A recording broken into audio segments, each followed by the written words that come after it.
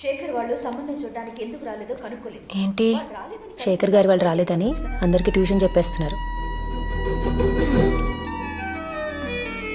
ఎవరో ఫోన్ చేసి మనకి సంబంధం ఇంట్రెస్ట్ లేదని చెప్పారంట. వాళ్ళకి రావడం ఇష్టం లేక ఏదో కబుర్లు ఇవన్నీ.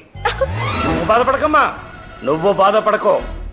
అలాగే డాడీ. వాళ్ళ తాత లాంటి సంబంధాన్ని నేను నీకు తీసుకొస్తాను. వాళ్ళ తాత అక్కర్లేదు, వాళ్లే కావాలి. ఎందుకు రారో చూస్తాను. ఎందుకు వస్తారో నేను చూస్తాను. Your genius daddy. నేను మహా వాళ్ళని చూశాను. ఇది ఒక్క మహా మడతేసి ఇస్త్రీ చేస్తారు మీ మమ్మీని. థ్యాంక్స్ అండి, thank you so much. Just స్పోకెనా? వాళ్ళు రేపు లంచ్కి రావడానికి ఒప్పుకున్నారు. Great madam. ఏంటి ఇందాక వాళ్ళు రారంటే నవ్వావు, వస్తున్నారంటే ఏడుపు మొహం పెడతావేంటి? నవ్వేస్తుందిలే మహా, ఇప్పుడే కదా గుడ్ న్యూస్ చెప్పావు. ఆనందం అందవే. No it doesn't really matter. Shekhar వాళ్ళు వస్తున్నారని తెలియగానే మా మమ్మీ చేసిన హడావడి అంతా ఇంత కాదు. నాకు డ్రెస్ సెలెక్ట్ చేసింది, నేను సెలెక్ట్ చేసిన పువ్వులు పక్కన పడేసింది. హలో, మంగమ్మ సెలెక్ట్ చేసిన మెనూతో డైనింగ్ టేబుల్ నింపేసింది.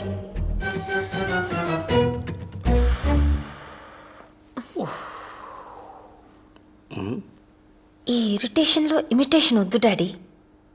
కుక్క పిల్లకి కోపం వచ్చిందా? హలో హలో, బెనర్జీ గారు. లంచ్ రెడీ అయిందా? ఎప్పుడో. అమ్మాయి కింది దిగిందా? ఇప్పుడే. మేము రావడం లేదు. ఏమైందండి? మేము వస్తామన్నప్పుడు మీకు ఇంట్రెస్ట్ లేదన్నారు కదా. అప్పుడు మా శేఖర్ కూడా ఏమైందండి అని ఇలాగే అడిగాడు. అది మీరు అంటుంటే వినాలనిపించి వస్తామన్నవే తప్ప మాకు ఇంట్రెస్ట్ లేదు.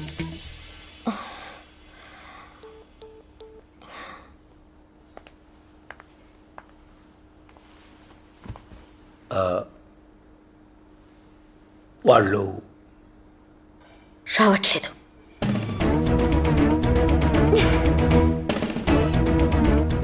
మంగా, ఆ చికెన్ తీసి లోపల పెట్టు. బాగా కుదిరింది, రాత్రికి వేడి చేసి తిందాం. ఎప్పుడేం మాట్లాడాలో తెలీదా మీకు? వాళ్ళు రాకపోతే నువ్వెందుకు ఫీల్ అవుతావు మహా? నువ్వేం తప్పు చేయలే కదా.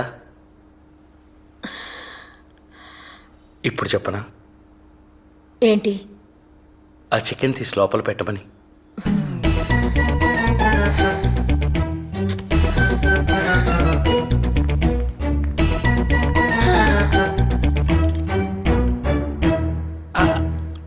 భాను పెళ్లి కూడా నేను ఇలాగే చెడగొట్టాను. అది ఎలా ఉందో. వచ్చాక ఫోన్ కూడా చేయలేదు. నిన్నే కలవరిస్తోంది. నీకెలా తెలుసు? నందు చెప్పాడు. నందునా? ఆల్రెడీ ఉన్న గొడవల్ని ఇంకా కాంప్లికేట్ చేయట్లేదు కదా నువ్వు. ఏంటి డాడీ? ఆడ పేరు చెప్పగానే నీ కళ్ళు మతాపుల్లో వెలిగిపోతున్నాయి. పో డాడీ. నందు పేరు వినగానే నా కళ్ళల్లోకి నిజంగానే అంత మెరుపు వచ్చేసిందా?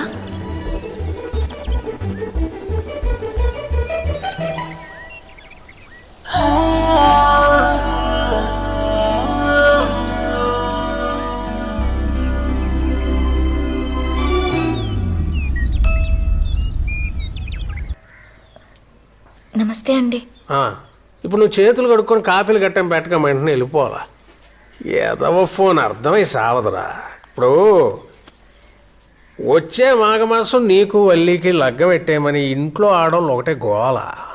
భానుకి పిల్లకుండా చేసుకున్నాను మీకు చాలాసార్లు చెప్పానండి. మొన్నడు ఎవడో వచ్చాడు, అతని క్యారెక్టర్ అంత బాగాలేదని. మీరు ఇచ్చే కట్నాలకి కలెక్టర్ వస్తారు మరి. సరే అండి, నాకు ఎందుకు కానీ సుమారుగా ఓ తారీఖు అనుకుందాం. ఈ ఆగస్టుకి నా కూతురుని చేసుకుంటానని చెప్పు. నేను వల్లిని చేసుకోను అనట్లేదు, కానీ భాను కూడా నచ్చే కుర్రాడు దొరకాలి కదా. ఇక నువ్వు తిరగలు తిప్పినట్టు అక్కడే తిప్పకో. ఒక వండర్ఫుల్ అబ్జర్వేషన్ ఒకటి చెప్పనా నీకు. యాసంకాలం మజ్జిగానం తిన్నాక మామిట్టం కెట్టుకెళ్ళి పెరట్లో ఆడేస్తాం. ఏడాది తిరిగేసరికి అది చెట్టు అవుద్ది, కాయగా వస్తుంది. కానీ 10 ఎకరాల మామిడి తోట పెంచాలంటే అలా కాదు కదా. రైతు 10 మంది పాలేర్లు, 100 మంది పనులు, వేయడానికి ఎరువులు, కోయడానికి కూలీలు, అబ్బో లెక్కే వేరు. అంటే ఇప్పుడు నీ చెల్లెలు నేను తక్కువ చేసి మాడట్లేదు. అది ఆడపిల్లే, నా కూతురు ఆడపిల్లే. కాకపోతే అది పెళ్ళాక ఏడుస్తూ వెళ్తుంది, నా కూతురు 7 వారాలు నగలతో వెళ్తుంది. అది డబ్బు బలం. అసలు డబ్బే బలం. ఏడే మీ అత్తయ్య కూతురు వచ్చి వెళ్ళిపోయినంత మాత్రాన సంబంధాలు కలిసిపోయి అనుకుంటున్నారా? ఇప్పుడు జరిగిపోయిన విషయాలు చిన్నపిల్లలు కాబట్టి మీరు మర్చిపోయారు సరే. ఆవిడ సంగతి ఏంటి? కళ్ళు మూసుకొని దేవుడి ముందు కూర్చుంటే సరిపోద్దా? ఏమండే బయటకు వచ్చి మీ కొడుక్కి 4 మంచి మాటలు చెప్పి వల్లిని చేసుకోరా మంచిది, వచ్చే నెలలో చేసుకోరా మరీ మంచిది.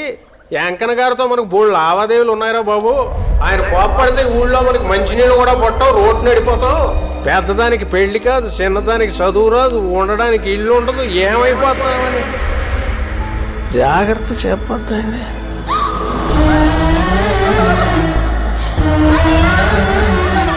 మరీ గట్టిగా నొక్కేసాడరా.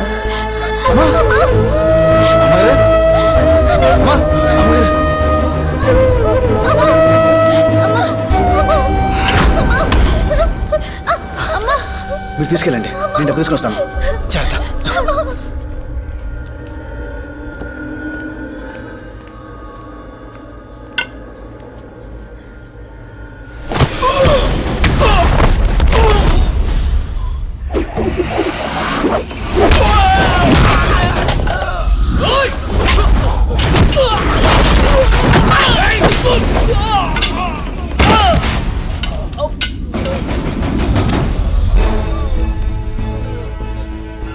బ్రేక్ ఎంత తొక్కినా పర్లేదండి, కానీ యాక్సిలేటర్ ఎక్కువ తొక్కకూడదు, యాక్సిడెంట్లు అయిపోతాయి. వెంకన్న గారు, ఎవరికైనా సరే ఫ్యామిలీ యాక్సిలేటర్ లాంటిది, కొంచెం చూసి తొక్కండి. లేచాక అడిగి ఇచ్చేయండి.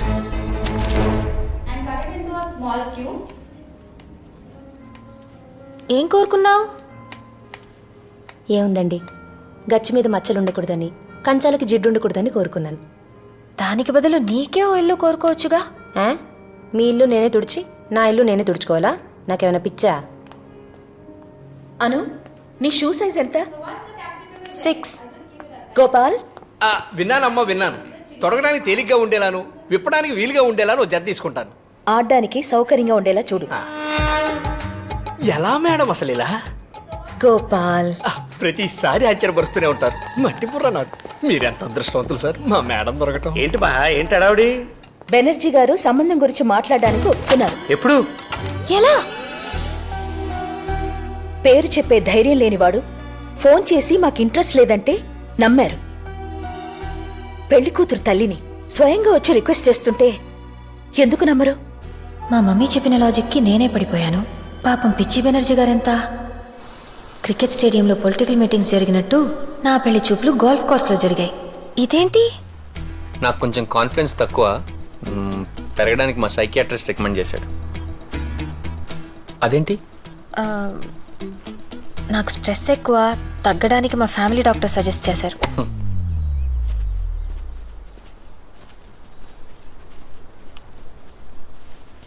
మ్యామ్,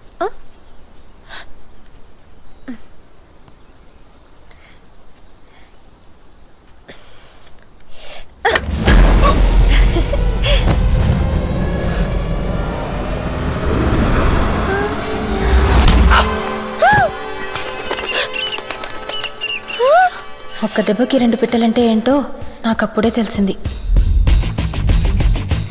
యాజ్ యూజువల్గా మా మమ్మీ తిట్లు, నా ఏడుపు, ఫైనల్గా హాస్పిటల్. ఆ రోజు మొత్తంలో జరిగిన ఒకే ఒక్క మంచి విషయం, మా బాబా నందు ఏమైంది? వల్లి 10 ఎకరాల మామిడి తోట, నీ చెల్లి పడేసిన మామిడి ట్యాంక్.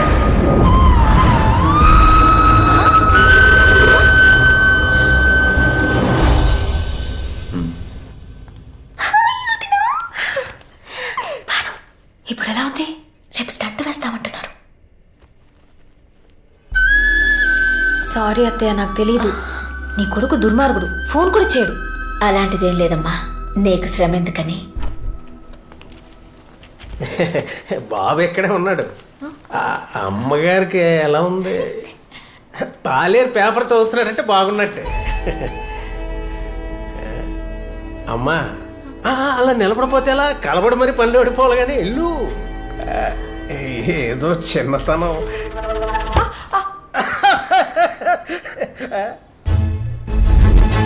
సిగ్గుకి స్పెల్లింగ్, మర్యాదకి మీనింగే కాదు, నవ్వుకి టైమింగ్ కూడా తెలియదు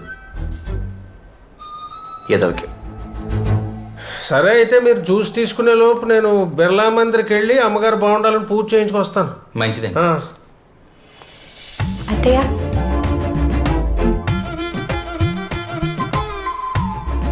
బాను, ఇందులో కాఫీ అయిపోయింది, తీసుకొస్తావా బాను?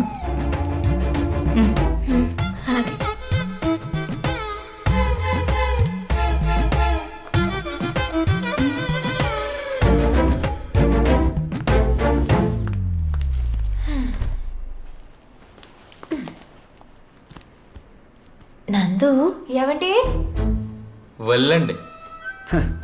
అలా పిలిచినప్పుడల్లా వెళ్ళిపోకూడదురా. ఏమండే మళ్ళీ అండి. కంగారు పడుకో, కంట్రోల్ మందే.